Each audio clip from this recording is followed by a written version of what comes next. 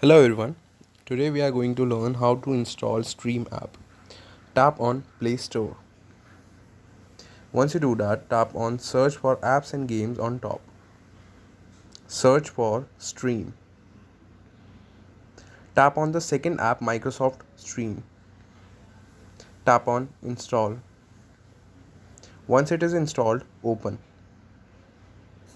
Enter the ID provided by school here which you use to log in Teams app. Once you do that, after sign in, it will ask for the password. Enter the password. When you get logged in, you will see this page.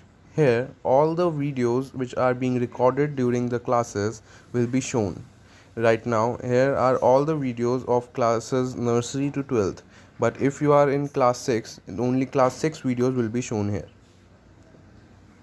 That's it.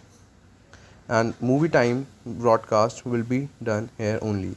So if you want to watch movie on Saturday, you have to install this app as it is necessary to watch movie. I hope you will be able to install this app. All the best.